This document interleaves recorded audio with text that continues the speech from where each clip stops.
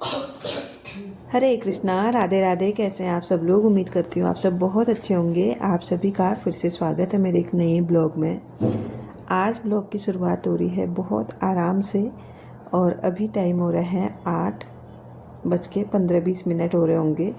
तो बच्चे रेडी हो गए हैं स्कूल के लिए। उनके लिए लंच नाश्ता सब कुछ बना दिया है और उन्होंने नाश्ता भी कर दिया है। पूजा पाठ झाड़ू पोछा हर काम हो गया है घर का लगभग। तो यहाँ पे अभी मैं पी रही हूँ सुबह वाली चाय। इसके बाद फिर बच्चे जाएंगे स्कूल और फिर मैं अपने बाकी के कामों में लगूंगी। और आज मैं आपको बताऊंगी जो मेरा अभी से 12-1 बजे तक का टाइम होता है वो मैं किस तरह से अपना निकालती हूँ, क्या करती हूँ उस टाइम पे। तो यहाँ पे अभी बच्चे जाएंगे स्कूल और सबसे पहले आरुष को नाश्ता करा दिया था, पूर्वी ने भी कर लिया है। अभी उसको देनी है मेडिसिन, तो आरुष को मेडिसिन देते हैं। फिर उसके बाद बाकी के जो मेरे बच्चे कुछ काम हैं उनको करते हैं। आज भी मैंने ब्लॉग की स्टार्टिंग बहुत आराम से कर रखी है। सुबह का जो टाइम होता है ना वो थोड़ा सा जल्दबाजी वाला होता है, इसलिए मैंने आज थोड़ा सूट नहीं किया। वैसे उठने को मैं 5 बजे उठ गई थी। जब 5 बजे उठी तब जाके 8 बजे सारे काम निपटे हैं मेरे।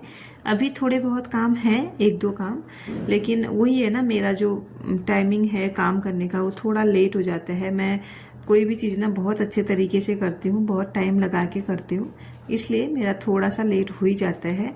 तो यहाँ पे बचे हुए थे बच्चों के नाश्ते के बर्तन, जो मैंने नाश्ता बनाया था वो, और चाय पानी के जितने भी बर्तन थे वो। तो इनको फटाफट से धो लेते हैं। अभी बच्चे स्कूल गए नहीं हैं, बस रेडी होके बस का वेट कर रहे हैं। बस आती है 8:45 पे बस आती है आजकल। तो अभी टाइम है, मैंने बोला जब तक टाइम होता है तब तक मैं अपना एक काम निपटा लेती हूँ, क्योंकि जो सुबह का टाइम होता है ना उसका एक एक मिनट बहुत कीमती होते हैं। वैसे तो 24 घंटे का हमारे लिए एक एक मिनट बहुत कीमती होते हैं, लेकिन जो सुबह का टाइम होता है ना वो खासकर ज़्यादा कीमती होते हैं। तो जब तक बच्चे स्कूल ना जाएं तब तक मैं सोचती हूँ कि उनको छोड़ने से पहले मेरा एक काम भी निपट जाए, वो काम भी निपट जाए। होता है ना सभी का, ऐसी मेरा भी होता है। किचन के बर्तन धो के और सफाई करके मैं आ गई हूँ अपने वाले रूम में।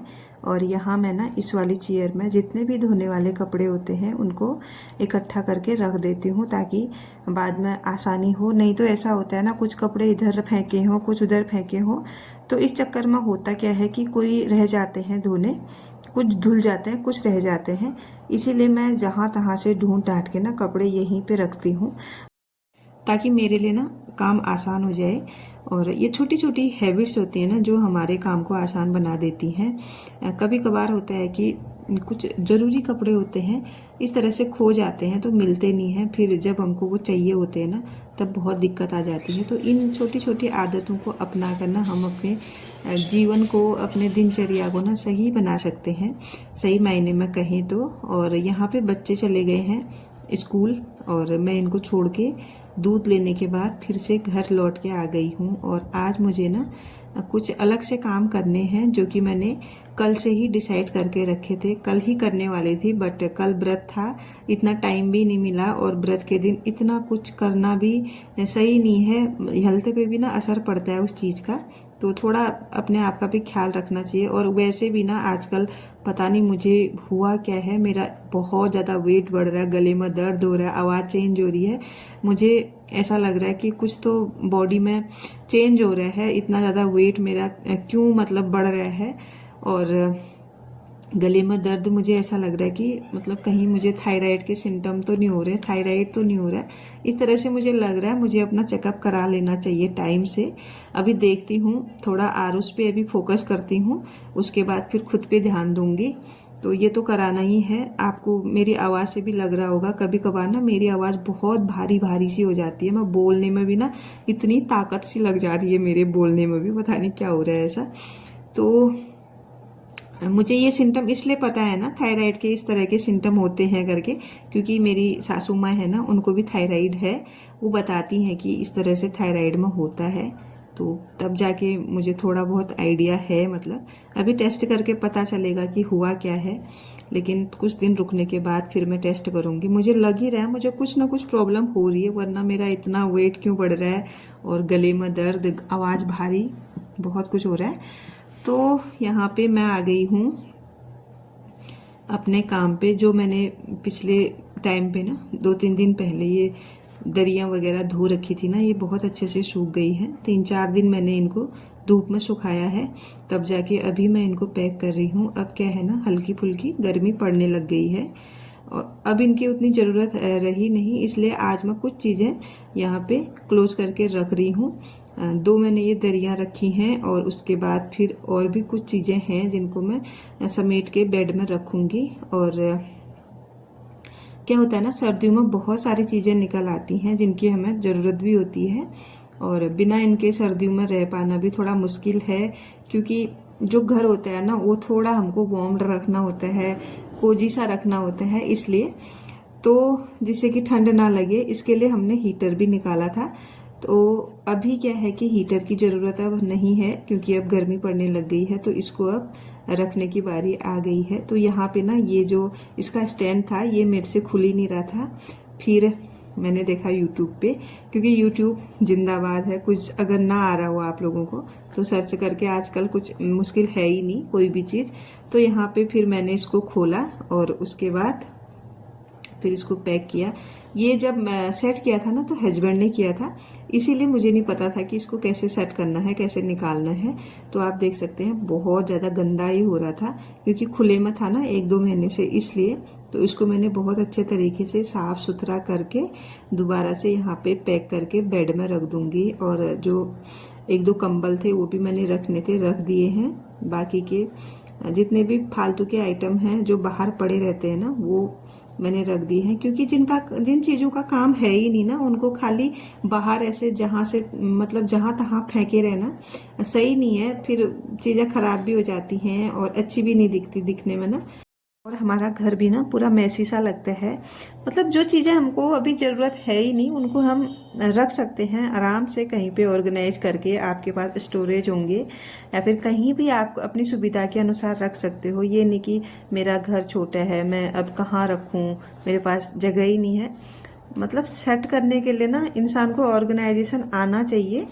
मतलब सारी चीज़ें सेट हो जाती हैं होने को। हमारा जब मैं गांव जाती हूँ ना तो मम्मी से इतना कुछ हो नहीं पाता है, मेरी सासू माँ से मतलब।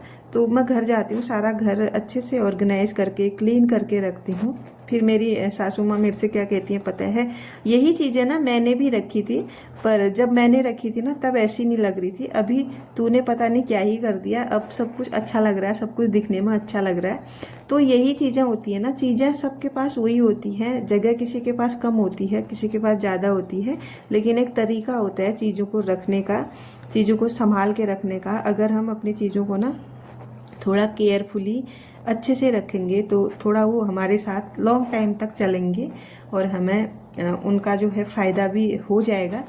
होता है ना कि हमने पैसे खर्च किए हैं, हम उन चीज़ों की रख रखाव नहीं कर रहे हैं, फिर जाके वो चीज़ें 1-2 साल के बाद ख़राब हो जा रही हैं, फिर हम अपना रोना रोएंगे, अरे ये हमारे पास तो कुछ टिकता ही नहीं है, सब कुछ ख़राब हो जाती है, कुछ रहता ही नहीं है। इस तरह से थोड़ा बहुत अपना करने से भी होते हैं चीज़ें। अगर हम थोड़ा संभाल के रखेंगे, समेट के रखेंगे, ऑर्गेनाइज रखेंगे, तो हमें वो चीज़ें सही कंडीशन पे सही टाइम पे मिलेंगी। तो कुछ इस तरह का होता है। एक गृहिणी का जो घर संभालने का तरीका होता है ना, हो सकता है अलग अलग घरों में अलग अलग तरीका हो सकता है सभी का, लेकिन मोटिव एक ही होता है, हर चीज़ को संभाल के रखना, हर चीज़ को थोड़ा लॉन्ग टाइम तक यूज करके रखना। तो हम गृहिणियों की ना ये छोटी छोटी हैबिट्स होती हैं जिनसे कि हम अपना घर बखूबी संभाल लेते हैं। तो यहाँ पे ना सारा मेरा जो इस कमरे का काम था वो हो गया है और अभी मैं दोबारा से यहाँ पे झाड़ू लगा दूँगी, क्योंकि चीज़ें सारी फैली थी और मैंने सब कुछ साफ़ करके दोबारा से लगाया है। तो अभी थोड़ा बहुत कूड़ा हो ही जाता है, तो यहाँ पे फिर से मैंने एक बार झाड़ू लगा दिया है। वैसे भी सुबह मैं 5 बजे झाड़ू पोछा कर लेती हूँ, तो थोड़ा सा मैसी हो ही जाता है घर, लेकिन कोई नहीं, मैंने फिर से लगा दिया है झाड़ू। मैं हमेशा ऐसा ही करती हूँ, एक बार बाद में लगा ही देती हूँ। और आज ना मैं इन पर्दों को भी धोने वाली हूँ, क्योंकि ये जो किचन वाली साइड में रहते हैं ना, ये बहुत ज़्यादा गंदे हो जाते हैं, क्योंकि किचन से ना खाना बनाने का जो धुआं वगैरह होता है, जो तेल का होता है ना, वो लग जाता है इनमें, तो थोड़े गंदे हो ही जाते हैं। और साथ के साथ ना जो ये कर्टन रॉड है ये भी बहुत ज़्यादा गंदी हो रखी थी, इसमें ना सारा ग्रीस जैसा चिपचिपा लगा हुआ था। तो मैंने इनको भी निकाल दिया, जिसकी वजह से पर्दा भी नहीं खिसक रहा था इधर से उधर, जैसे हम पर्दा खिसकाते हैं ना वो भी नहीं खिसक पा रहा था, इतना ज़्यादा जम गया था इसमें, जो काला लग जाता है ना किचन साइड में वो उस तरह का।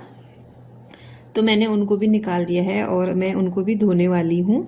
और सारे मैंने यहाँ से निकाल दिए हैं पर्दे, आधे निकाले हैं आधे नहीं निकाले, जो मुझे गंदे लग रहे थे वही मैंने निकाले हैं और जो मुझे ठीक ठाक हालत में लग रहे थे वो मैंने नहीं निकाले हैं। तो अभी इनको ले चलती हूँ बाहर, और कुछ मैंने मशीन में धो दिए हैं। तो ये वाले जो है मैंने हाथ से धोए हैं, क्योंकि पर्दे ना मशीन में धोने से ख़राब हो जाते हैं, धुलते तो हैं लेकिन उसकी एक अलग टेक्निक होती है। तो इसके बाद फिर मैं लग गई हूँ अपने काम में। यहाँ पर ये किसी का थाल पोच बनाने को मुझे मिला है, किसी का ऑर्डर है, मतलब एक मैंने बना दिया है, ऊपर मैं टैग कर दूंगी। तो ये क्या है ना, एक बनाया, वो जैसे ही मैंने बनाया ना वो चले गया, मतलब किसी ने ले लिया। अभी मैं इसको दूसरा रेडी कर रही हूँ, तो खाली टाइम पे मैं ये काम करती हूँ। और कुछ ना करने से अच्छा है कुछ तो हम कर रहे हैं, और जो भी कर रहे हैं अच्छा कर रहे हैं, तो अपने लिए थोड़ा बहुत कुछ ना कुछ तो करना चाहिए। और आज का जो ब्लॉग है उसको अब मैं यहीं पे क्लोज करूँगी। कैसा लगा आप लोगों को कमेंट करके ज़रूर बताइएगा। मिलती हूँ आपको नेक्स्ट ब्लॉग के साथ, तब तक के लिए बाय बाय, राधे राधे। और अगर चैनल पे नए हैं तो चैनल को ज़रूर से सब्सक्राइब कीजिएगा, वीडियो पसंद आई हो तो लाइक भी कीजिएगा। फिर मिलती हूँ आपको एक नए ब्लॉग के साथ, तब तक के लिए राधे राधे।